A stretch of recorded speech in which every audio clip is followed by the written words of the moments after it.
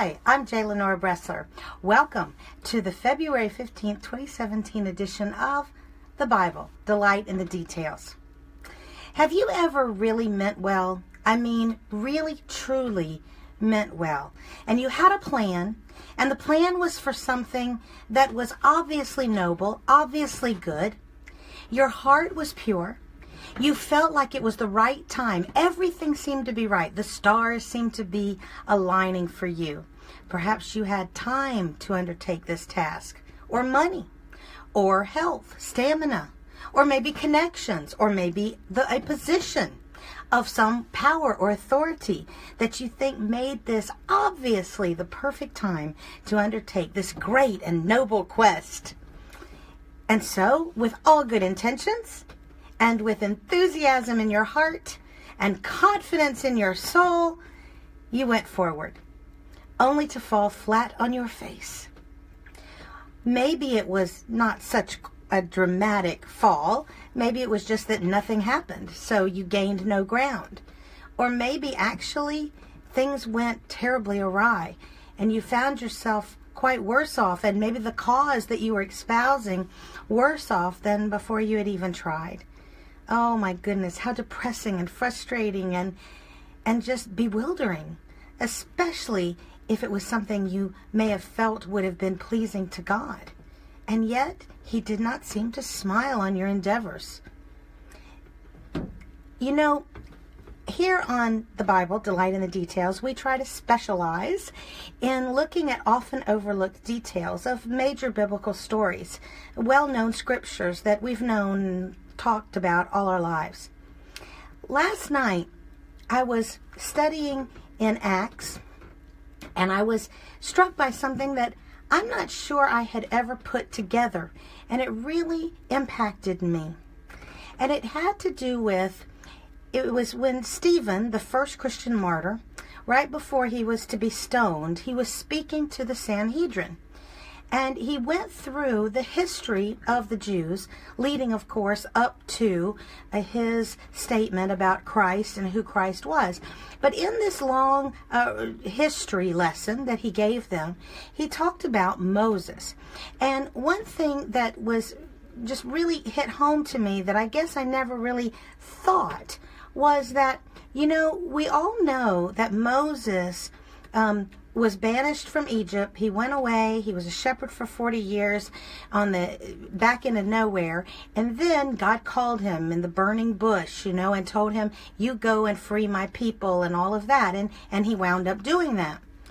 But what I don't know, I just didn't put it all together somehow, and which Stephen brought out. And it is there in Exodus, from which he was obviously alluding, is that back when Moses was young, when he had all the power and the money and the prestige, and he was the darling of the Egyptian court, and he was a prince of Egypt, and he was in the Egyptian military as a commander. It was during that time that he actually went to his own people, the Hebrews, and he talked to them about freeing them, about leading them and helping them. He even wound up, as you may recall, killing an Egyptian who had been abusing an Israelite. And yet the Israelites, in complete unappreciation of this, turned on him, and it was actually they who scared him or forced him into running and leaving Egypt for his very life and not returning for over 40 years. Now, you know, think about it. There was Moses at the height of his power and fame, he thought, as a ruler in Egypt.